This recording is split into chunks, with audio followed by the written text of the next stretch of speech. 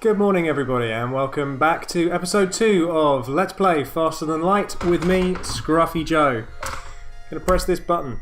Now you may remember from last week that I failed to explain anything to you about how this game works, so I promise I'm going to make amends. For the meantime, we're going to go to an uncharted nebula because I've decided it'll be nicer, it'll be easier. Right, here we are. So, let me just talk you through everything. Now, you can see these rooms are greyed out. That's because we're in a nebula. We've got all sorts of interference going on, so the cameras aren't working properly. This is our ship. This is the outside of our ship. This is the inside of our ship. These are doors. You can open and close doors as you like. You can also press this button here, which allows you to open and close all the doors. Ah! Which is fine. And the reason you would do that sort of thing is if various parts of your ship were on fire and you wanted to deal with that. So down here we have power and we have systems, and each system is leveled up over time. You pay this scrap metal total, which is your money, that's the currency, and you pay in power to turn these things on and off. So we could have slightly less engines. We could turn off the medical room. We could depower some of our weapon systems, but I wouldn't advise doing that. So yeah, you can muck about with all of this stuff, and it all does various different things. You can also move your crew around. So at the moment, John is our engineering guy. We've got Davian, who is our weapons person, and Kozar, who is flying the ship, steering the ship. You could have other people in the crew and you could put them in various different rooms and they would level up and get better at operating those systems. So I'm going to have a look at that actually. So yeah, if you see here, down where it says crew skill, you can see he's got a tiny bit because he's started learning how to fly. Similarly, John knows how to work the engines, and Davian is doing very well at learning how to use the guns and has also had to do a bit of repairing.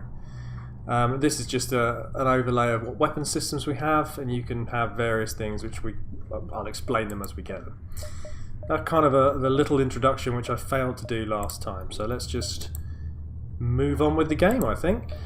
So this is a nebula. What this basically means is that my cameras aren't going to work through most of this, but it also means that the pursuing fleet won't be able to catch me as fast. So once again, what I'm going to do is try and pick up as many different spots as I can on the way through here, and hopefully that'll be the best way to get extra money and improve the ship. Now I've just wasted 1 point of fuel by jumping to somewhere where there's nothing.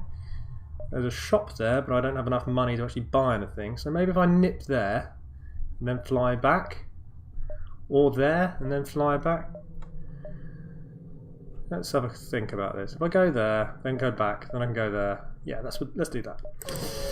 So you only got limited fuel. This is fuel up here. Where am I pointing now? Once again, nothing happened. These are the number of missiles we have. So we literally have 17 missiles, and then we are out. And if we had drones, which we don't, that would be the same as missiles. So I've just jumped to a place where there was nothing. That's a bit annoying. It's costing me a lot of fuel mucking around. I'm going to go to this shop anyway, just in case there's any bargains. Now, I was talking to my brother yesterday, and he said cloaking is pretty much a game-winning technology. I've never really played with it because I am not a Romulan or a Klingon. That's just not how I roll. Let's just fix that. We can't afford any of this stuff. There's a second page. Ooh. Oh, I really want an extra crew person. And when I say person, I mean, you know, insect. But I can't afford it. That's so frustrating. Okay, never mind. We're gonna roll with the punches. We will get all this stuff sorted. We've got 8 sectors to go through before we get to the final battle. There's literally nothing going on in this nebula at all, and that's annoying. I should have chosen pirates. Oh, hello. A rock armoured transport nearby looks to have lost its bearings. But when you hail them, they grow suspicious. Whatever life form you are, we find you repugnant. Please leave.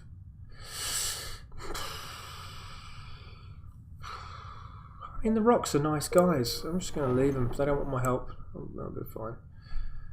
What's going on here? Hang on.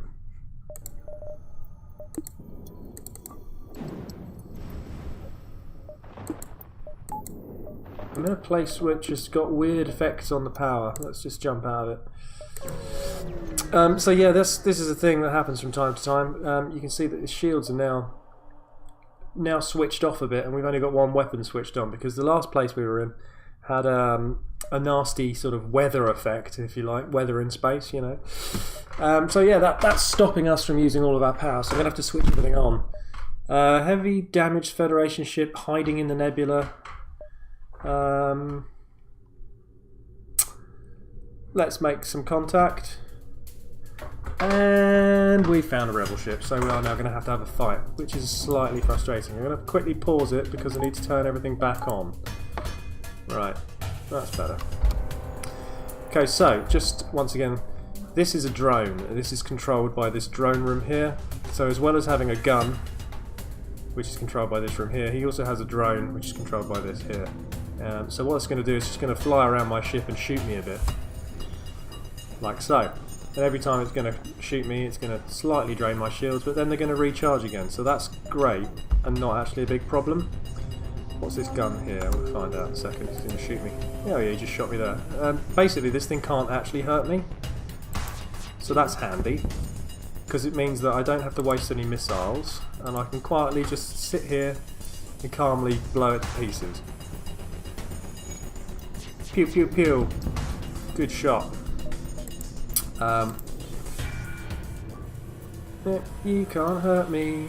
See, this is like living in a big bubble of excellent shield energy. Pew pew. They are going to run away, and I don't want them to, so I will just stop them from doing that. Oh, I missed. Pew pew pew. No. Because they're the baddies, and I need the scrap. Okay, so that was easy. We didn't take any damage because I spent that money earlier on putting the second level of shield up. Everything was groovy. Let's pop north. Black market weapons trader. Purchase an unknown weapon.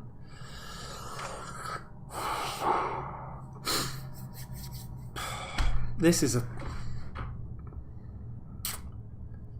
bind, because that would basically be all of my scrap, which would mean that I wouldn't then be able to turn the weapon on without turning another weapon off, because I won't have enough power or weapon systems to use it. But I do need extra weapons. Whatever, I'm just going to shoot it. I'm going to give it a good seeing to. Let it know who's the boss. That was alright. So once again, because we've got loads of shields, we're going to be okay. Because that did a fair amount of whack, but not really. And these beam weapons don't do any damage unless the shields are down. There's no point even firing them. As a human player, if I get a beam weapon, I will be taking much more care and attention and making sure I only shoot it at a ship which I have knocked the shields off from. Bang, bang, bang, you're dead. And that's some more scrap. Right, we've got a good amount of scrap. We're doing well for scrap. I could even spend 60 scrap and get that third layer of shield. Now what that would do, obviously, would make me pretty much impenetrable for this kind of area, but I might need the money. Ugh, decisions. So I need to try and hit as many of these as I can before I head back down to this exit. So I think if I go there... let's go there. We're going to try and sort of loop around in a big circle.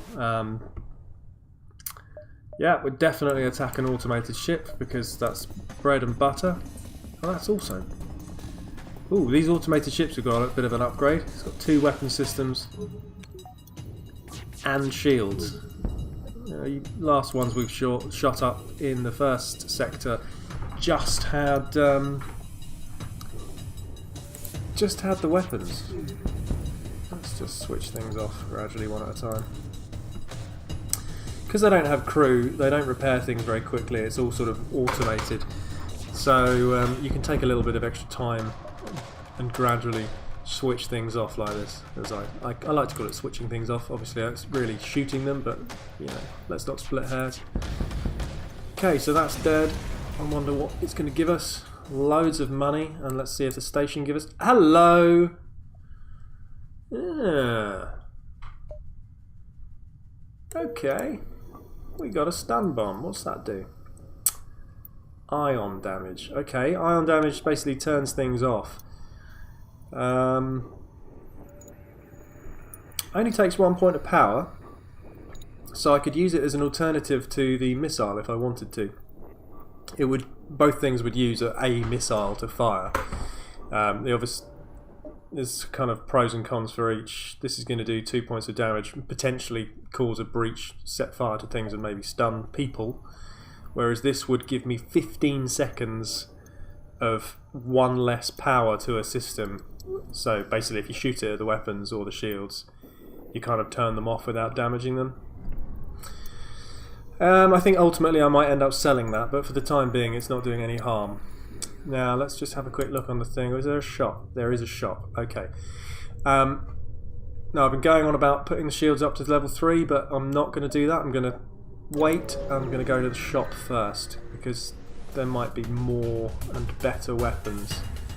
Mantis attack ship ducking between the clouds. I was kind of expecting to see a... Yep, there we go. Intruders detected. Now, when you are not in a nebula, you would now be able to see where the intruders are. But I can't see where the intruders are. So I'm literally going to have to wait for them to smash down a door and attack me. This is the teleporter.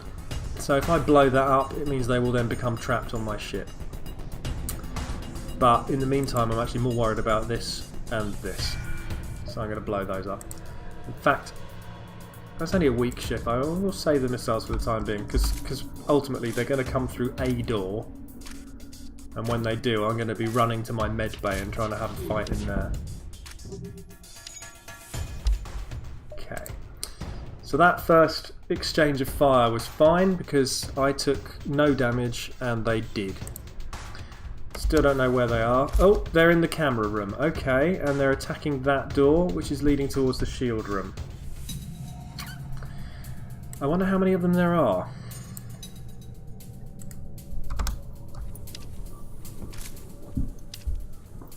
Let's go and find out. Charge! Okay, there's only one of them. Now you may also notice that we've just been shot in the oxygen room, which means that we are now in a ship which is going to run out of oxygen, which is a slight problem.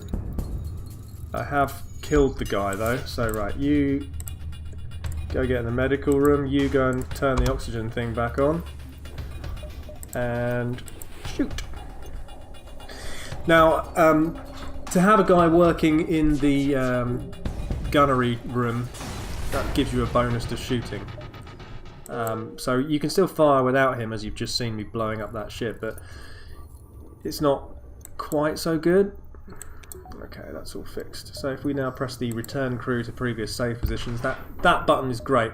If you save where everyone is, it just means that you don't accidentally send your engineer who's been working on the engine systems into the armory, and then you suddenly lose all the bonuses that you've built up over time.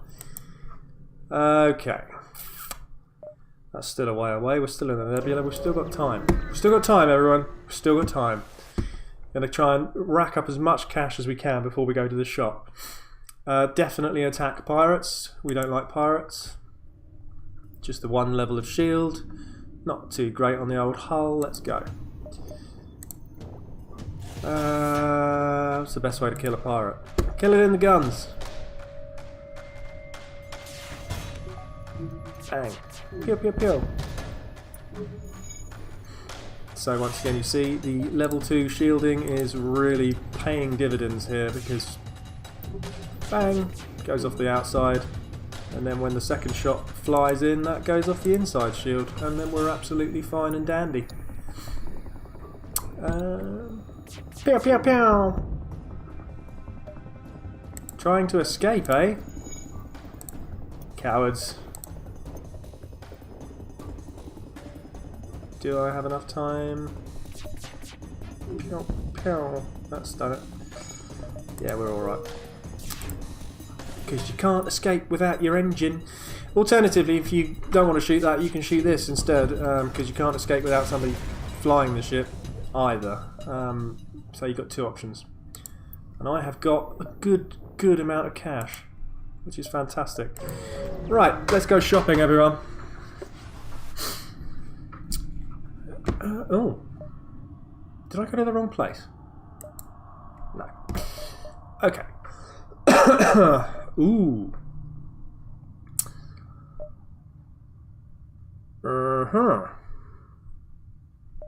So, chain ion requires 3 power, 14-second charge time. That's quite high. Fires a max of 4. That's interesting. But it's ion, so it doesn't actually do any damage, but it will switch stuff off. Burst Laser 1 is like a kind of a rubbish version of Burst Laser 2, and I'm already armed with a Burst Laser 2, so I don't think so. Chain Burst Laser. Dual shot laser decreases in cooldown the more it fires. After 3 volleys, it only takes 7 seconds. Wow. Wow. That's kind of cool. 2 power. I think I'm going to have one of those. I am going to sell the bomb launcher. Oink, like that, because I don't need that. Sorry, back to the shop a minute. What else? You got anything else?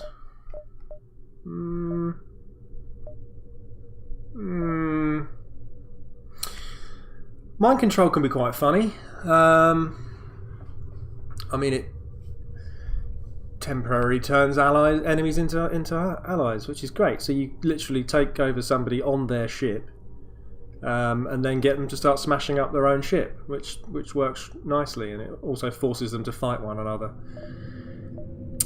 It's quite a good I'm going to go for it. Why not? We've got loads of cash. Let's do it. Now I don't have enough power to run all these things, so we just need to go into the ship thing. And we need, in order to turn on our chain thing, we need an extra 2 of these, which we can't quite afford. And then we're obviously going to need to power all of these systems. So what I will do is buy an extra 1 of those and an extra 1 point of power. And then I can turn that off and turn that on.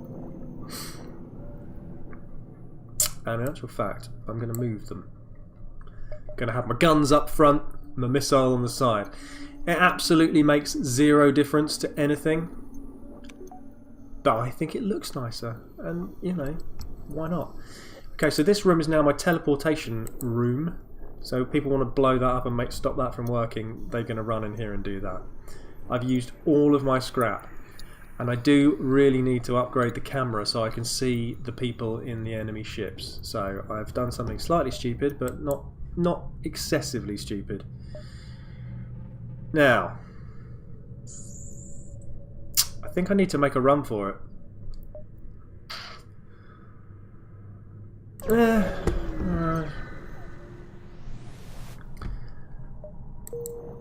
Nothing. I should have made a run for it. Oh well, we're still okay. We're in the danger zone. Brilliant. Right, that is the end of the second sector. And the next episode will either be mantis controlled or NG controlled. Now you've seen mantises, those with the little insectoid guys, and they're kind of mean but handy to have as part of your crew. NG are, if memory serves me right, they're the little grey dudes who are good at repairing stuff but really weak. But they're green, so these are kind of all nice. These are kind of all hostile. I think what I'm probably going to do is head to Mantis controlled area and see how we get on, because that still gives me the option of changing for the kind of civilian route as opposed to the nasty route. Yeah, something like that. We'll figure it out. We will figure it out next time. Hope you've enjoyed this second episode, and please do join me for Sector 3, which will be probably released sometime next week. And yeah, if you've enjoyed it, please subscribe, please press the like button, leave me a comment and I will answer you. And I look forward to seeing you all next time. Thanks very much. Goodbye.